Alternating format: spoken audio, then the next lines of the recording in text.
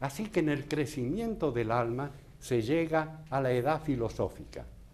Y la edad filosófica se caracteriza por las preguntas que uno tiene dentro de la cuca. Las preguntas que tiene el individuo en su interior, en su conciencia, en su mente, determina la edad del alma. Como dice Schopenhauer, el gran filósofo alemán, si un ser humano no tiene preguntas, no tiene por qué esto, por qué aquello, por qué lo de más allá, ese ser humano está dormido, porque cuando se despierta quiere saber. Esa es la prioridad de la ley de causalidad, que es una de las teorías de Schopenhauer con las que él consiguió su doctorado en filosofía. Él dice que apenas un ser humano despierta a los problemas del saber, tiene hambre de saber. Y entonces se empieza a preguntar, ¿por qué? ¿Por qué? ¿Por qué? Y dice, cuando encontramos gente que no pregunta nada y no tiene ningún por qué, es que están durmiendo. Están vivos, están haciendo un desarrollo físico, pero están dormidos a sus posibilidades de carácter espiritual. ¿Y qué ocurre con la religión? Las religiones han perdido, en gran parte, su sección esotérica, su sección secreta, interna. Y ahora, cuando un hombre religioso, en vez de la fe, en vez de creencia, usted crea y no piense. Cuando un hombre empieza a pensar, un hombre y una mujer, cuando digo hombre, digo mujer, cuando empieza a pensar por sí mismo y empieza a interrogar a la religión, generalmente se le dice, esos son misterios divinos, estas son cosas que no se deben preguntar, estas son cosas que no se deben saber, y con la fe basta, etcétera, etcétera.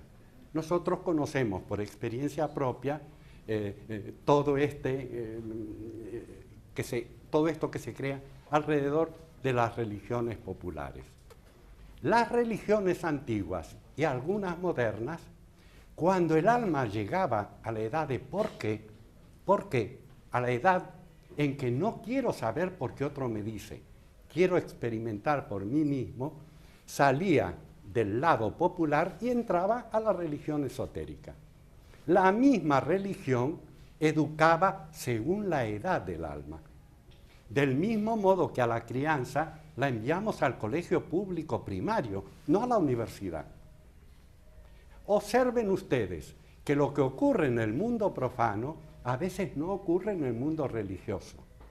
En el mundo profano, cuando un joven, una joven ha crecido, ha estudiado sus materias y ha pasado a la edad de ejercer, de experimentar, nadie lo llama hereje.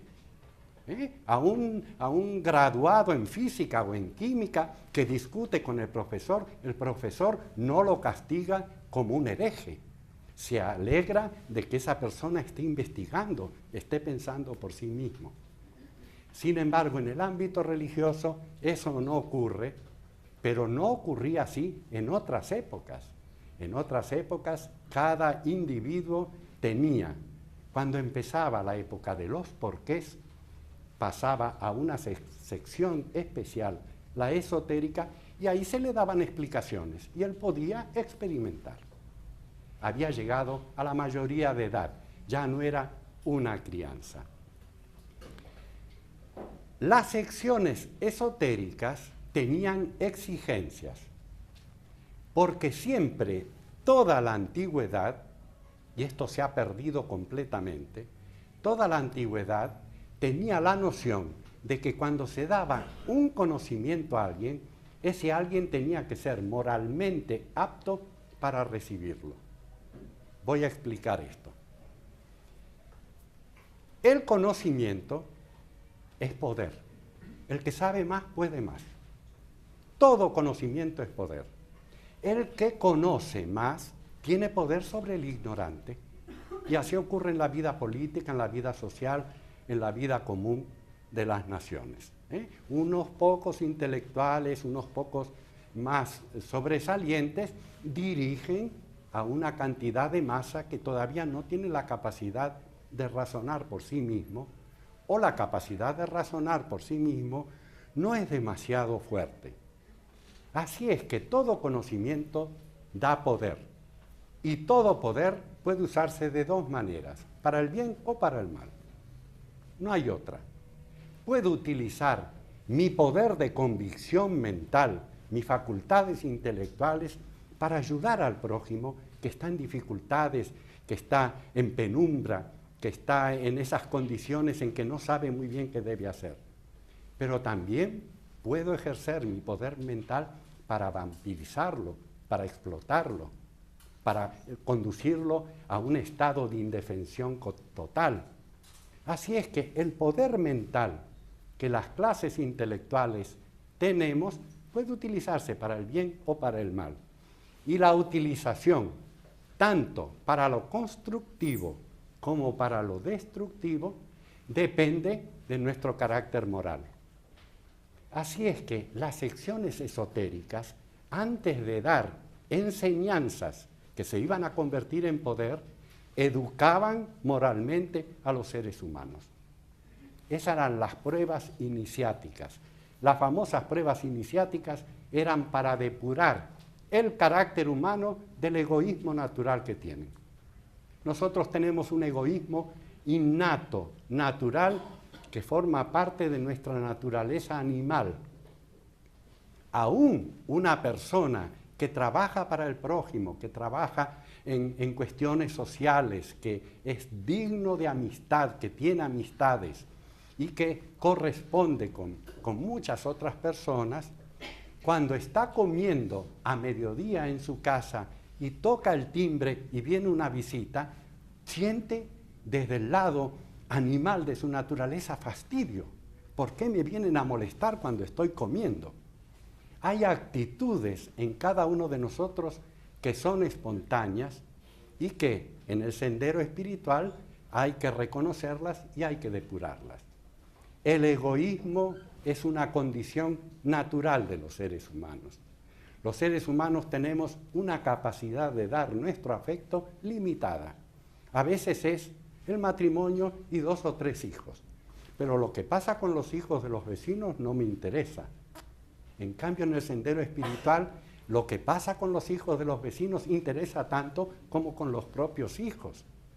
Como decía un autor norteamericano, Thornton Wilde, todos los hijos son mis hijos. Él repite, en este caso en una obra de teatro, repite un viejo aforismo que viene de Oriente. A medida que nuestro conocimiento y nuestra capacidad de amar se amplía, ya no es la esposa, el esposo, el hijo, el padre, sino que son los amigos, los vecinos, los compañeros de ideal. Y la conciencia se va expandiendo y cada vez hay más gente que entra dentro de la conciencia de la persona espiritual. De modo que el ser espiritual tiene una familia muy numerosa y no restringe el área de su atención y de su cariño a 2 o 3 personas porque son de su propiedad, porque es mi hijo o mi padre o mi hermano, el sentido de propiedad que es natural en el egoísmo humano.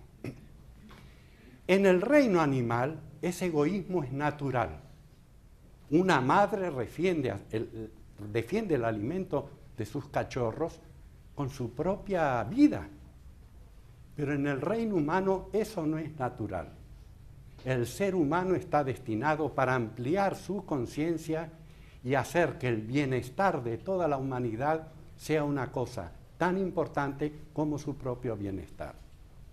Bien, hemos tratado de caracterizar por qué en todas las épocas hubo, de acuerdo a la edad del alma, una enseñanza masiva, la enseñanza religiosa de las parábolas, de los mandamientos, y una enseñanza para personas a quienes la simple fe ya no les servía, que tenían necesidad de un alimento superior, de un alimento más fuerte. Esto es porque en todas las épocas hubo escuelas esotéricas. Y esas escuelas esotéricas, al dar un conocimiento científico, un conocimiento superior a esa mente que había despertado, tenían cuidado de que ese conocimiento que se entregaba no fuera mal usado. Por eso las purificaciones, por eso la construcción de un carácter espiritual y por eso erradicar el egoísmo animal que es propio de la naturaleza de todos los seres humanos. Esas escuelas esotéricas tenían un modo de enseñar un tanto diferente de la religión o la cultura popular. Y gran parte de sus enseñanzas eran por símbolos, alegorías y emblemas. Me quiero detener un poco ante la palabra símbolo, ante la palabra alegoría y ante la palabra emblema. Un símbolo es una figura. Una figura que en su interior, para la imaginación y para el corazón, guarda un tesoro. Por ejemplo, la bandera de Brasil es el símbolo del país. Y la bandera de Brasil encierra los ideales de un país perfecto que tuvieron los grandes prohombres que crearon este suelo. De modo pues que cuando se iza la bandera, no se iza solamente un trapo, un género,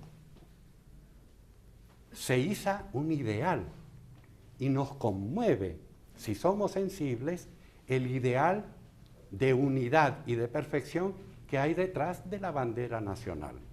Así que tomo este símbolo de la bandera para que ustedes vean que además de un género que se ha hecho en alguna fábrica textil con un dibujo, la bandera es símbolo de una cosa muy rica y muy verdadera y muy real que un patriota puede tener en su corazón y que puede servir para el mejoramiento del país. Una alegoría es algo distinto. La alegoría es un sistema educativo que se usa hasta el día de hoy.